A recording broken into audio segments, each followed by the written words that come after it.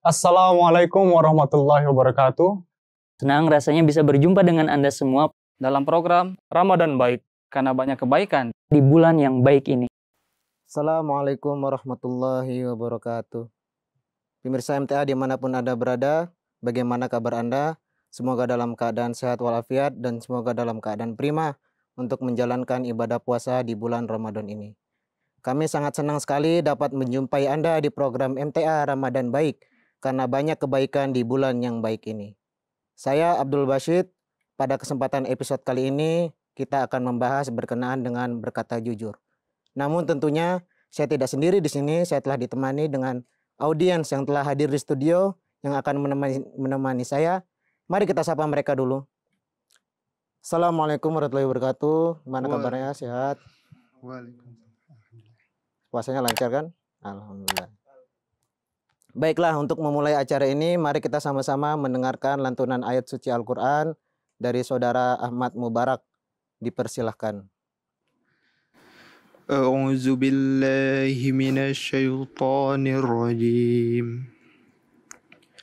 Ya ayyuhalladzina amanu taqullaha wa qulu qawlan sadida.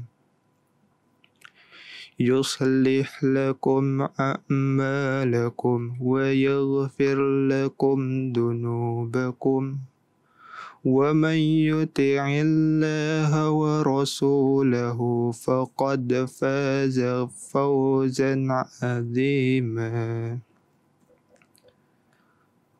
Wahai orang-orang yang beriman, bertakwalah kepada Allah dan katakanlah perkataan yang benar. Dia akan memperbaiki amalmu dan akan mengampuni bagimu dosa-dosamu. Dan barang siapa taat kepada Allah dan Rasul-Nya, maka sungguh ia akan meraih kemenangan besar. Jazakumullah kepada Saudara Ahmad Mubarak yang telah membacakan ayat suci Al-Quran. Baik, kita langsung saja masuk ke materi berkenaan dengan kejujuran. Sebelum saya masuk ke materi, saya ingin mengajukan pernyataan. Mungkin pernyataan ini telah banyak kita dengar dan kita telah mengerti mafhumnya, yakni jujur mujur ataukah jujur hancur. Ini adalah bridging di awal sebelum saya masuk ke materi. Berkenaan dengan kejujuran, kita telah pahamlah sebenarnya, telah mengetahui apa itu kejujuran dan bagaimana harusnya kita bertindak sebagai seorang muslim dan sebagai seorang Ahmadi tentunya. Dan kita telah mengetahui apa sebab, apa ganjaran apabila kita tidak berkata jujur, dan apa ganjaran apabila kita melakukan amalan yang baik ini. Baiklah, saya akan mengutip satu ayat Al-Quran dari surah Al-Ahzab yang telah dibacakan Saudara Ahmad Mubarak tadi. Surah Al-Ahzab ayat ke-71. A'udzubillahi minasyaitonirrajim. Bismillahirrahmanirrahim. Ya ayyuhalladzina amanu taqullaha wa qulu qawlan sadida. Wahai orang-orang yang beriman, bertakwalah kepada Allah dan katakanlah perkataan yang lurus. Ayat ini adalah ayat yang biasa dibacakan di salah satu di khutbah-khutbah nikah. Salah satunya adalah ayat ini. Kenapa dibacakan ayat ini? Karena dalam lingkup keluarga yang terkecil, Allah Subhanahu wa taala telah memberikan pondasi, yakni kejujuran. Bahkan apabila tingkat dari segi keluarga tidak terdapat kejujuran di dalam keluarga itu, maka bisa dipastikan keluarga itu akan binasa. Oleh sebab itu Allah Subhanahu wa taala telah memberikan pondasi kejujuran ini di lingkup yang terkecil, yakni keluarga. Allah Subhanahu wa taala berfirman tadi, ya ayyuhalladzina amanu. Allah Subhanahu wa taala berfirman kepada wahai orang-orang yang beriman.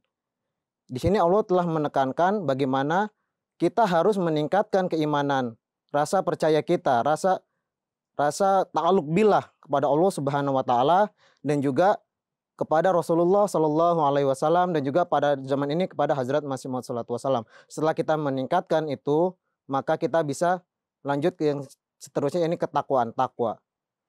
Ya alladzina amanu taqullah, bertakwalah kepada Allah. Hazrat Masih Maud sallallahu wasallam menjelaskan berkenaan dengan takwa. Takwa itu seperti kalian itu berjalan di semak yang berduri. Artinya apa? Tatkala kita berjalan di semak yang berduri, maka kita harus hati-hati. Begitupun kita menempuh jalan ketakwaan, maka harus sangat hati-hati, jangan-jangan sampai kita tergelincir dan tertusuk duri sehingga kita terluka. Kemudian di terakhir Allah Subhanahu wa taala berfirman, waqulu qaulan sadida. Dan inilah waqulu qaulan sadida. Jadi katakanlah perkataan yang benar, perkataan yang lurus. Apa sebenarnya sih perkataan yang lurus, perkataan yang jujur itu? Menurut definisi jujur itu adalah sangat simpel sekali, bahwa jujur itu merupakan memberikan pernyataan, memberikan informasi, melakukan tindakan itu tidak ditambahkan dan tidak dikurangi. Itulah kejujuran. Dan jujur ini sangat erat kaitannya dengan hati nurani. Makanya apabila orang yang berbohong, maka dia di dalam dirinya terdapat ketidaktenangan dan terus merasa risau.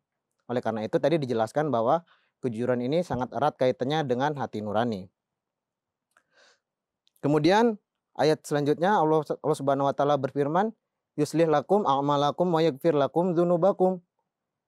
Ini adalah satu ganjaran setelah kita melakukan berbuat iman atau beriman kepada Allah Subhanahu wa taala, bertakwa dengan segala macam jalan yang benar kepada Allah Subhanahu wa taala. Setelah itu kita berlaku jujur, maka Allah Subhanahu wa taala berfirman, yuslih lakum a'malakum.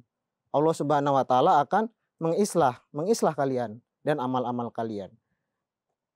Bagaimana amalan-amalan yang tadi bertakwa, berkata jujur kok bisa dapat mengislah? Hazrat Masih Maud sallallahu alaihi wasallam menjelaskan di dalam Al-Fuzat bahwa islah yang sejati, islah yang datang dalam diri kita itu yang hakiki adalah dari Allah Subhanahu wa taala.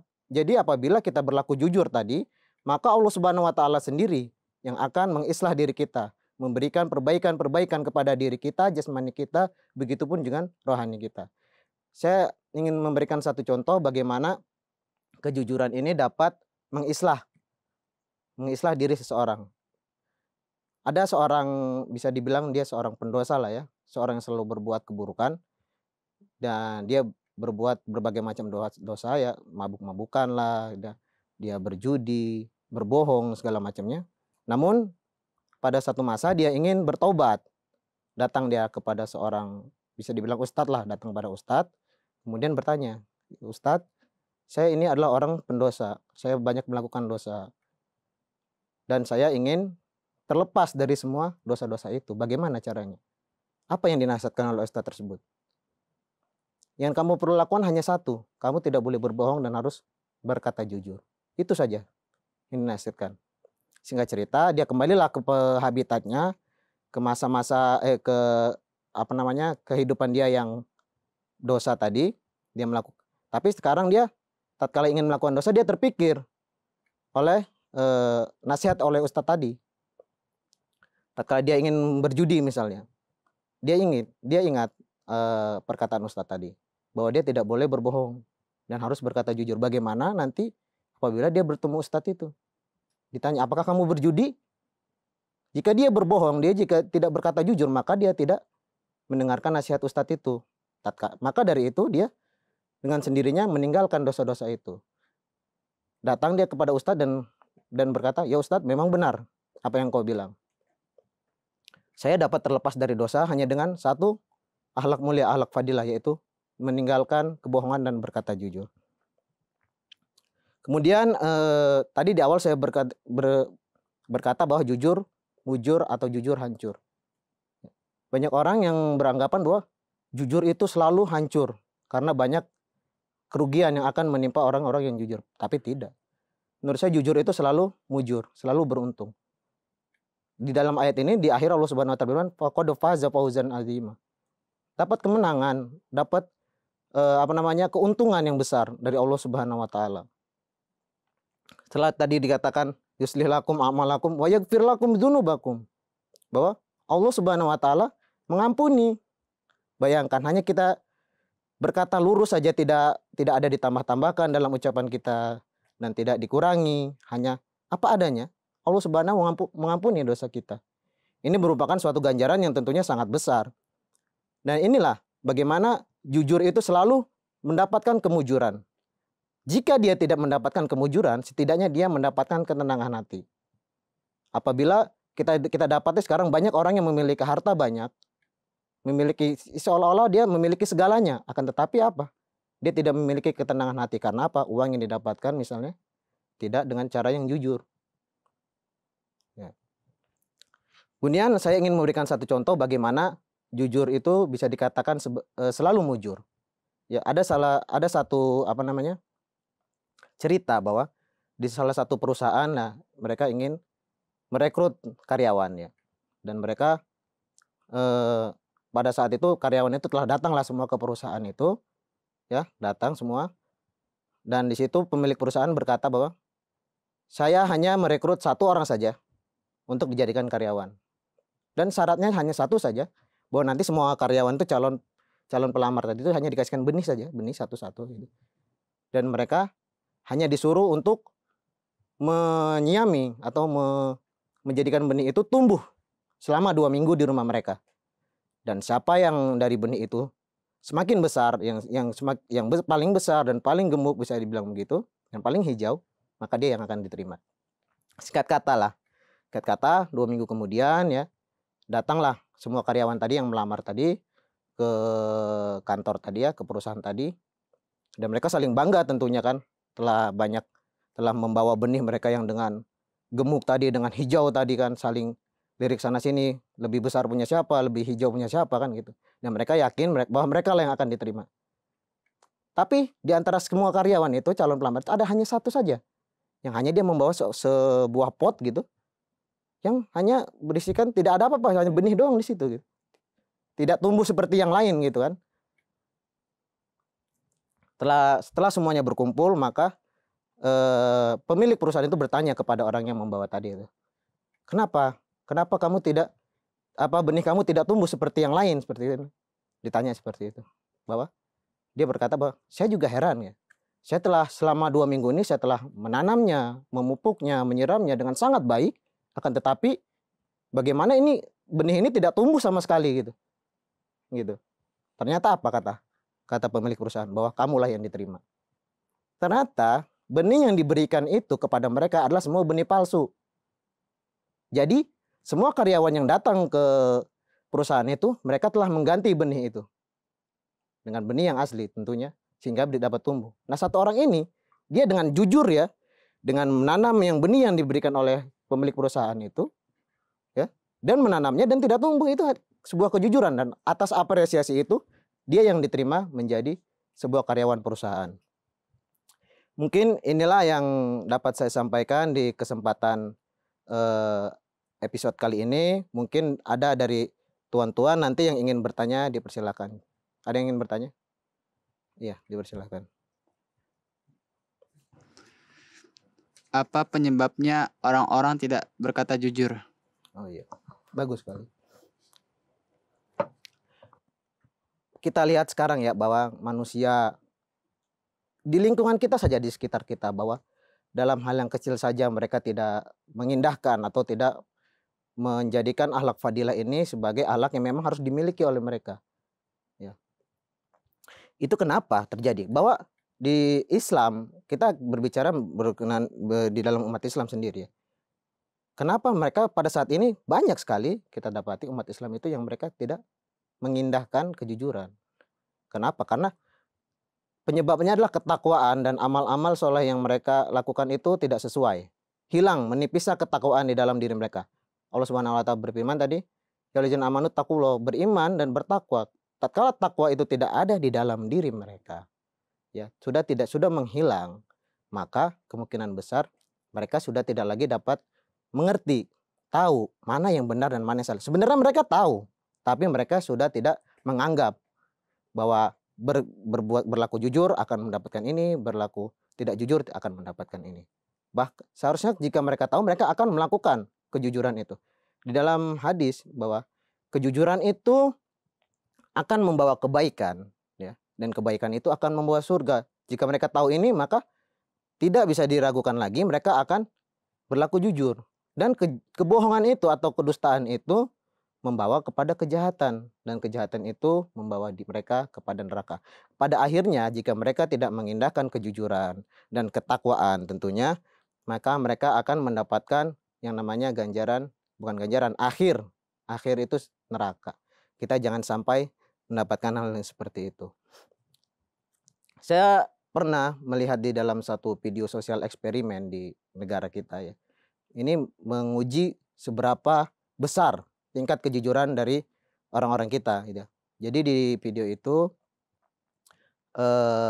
diujilah dengan uang yang dijatuhkan gitu ya, uang dijatuhkan, dan bagaimana mereka yang berjalan di belakang itu mereka akan mengembalikannya dengan rasa jujur atau tidak. Ternyata dari 100%, 80%-nya mereka tidak mengembalikan uang itu. Ini kenapa? Karena mereka tidak mengindahkan kejujuran di dalam diri mereka. Sehingga mereka dengan sangat tidak bijaksana berbuat kebohongan ya. Kan sangat disayangkan sekali masyarakat pada saat ini tidak mengindahkan kejujuran kan. Jika kita saling jujur saja kepada orang-orang, maka akan terbentuk namanya saling kepercayaan. Jika kita tidak lagi mengindahkan kejujuran, mungkin semua orang tidak akan merasa khawatir satu dengan yang lainnya. Bahkan tetangga dengan tetangga yang lainnya akan merasa khawatir. Oleh karena itu, mari perbaiki diri kita, mari perbaiki akhlak-akhlak kita. Semoga ini dapat menjadi islah bagi kita semua.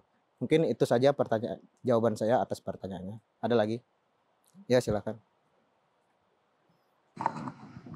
Bagaimana caranya membiasakan diri berperilaku jujur? Oh, ya. Pertama, ya, berlaku jujur itu tidak serta-merta kita bisa dari yang tadinya tidak pernah berkata jujur, tiba-tiba berkata jujur. Tidak mungkin seperti itu. Ada proses. Ada proses yang harus ditempuh oleh seseorang. Oleh karena itu Allah Subhanahu wa taala berfirman di ayat tadi yang dijadikan salah satu ayat untuk khutbah nikah di dalam keluarga. Artinya apa? Di dalam tarbiyat keluarga, di dalam mentarbiatin seorang anak ataupun istri kepada suami, suami kepada istri, itu perlu ditarbiatkan oleh ini dengan kejujuran, rasa kejujuran.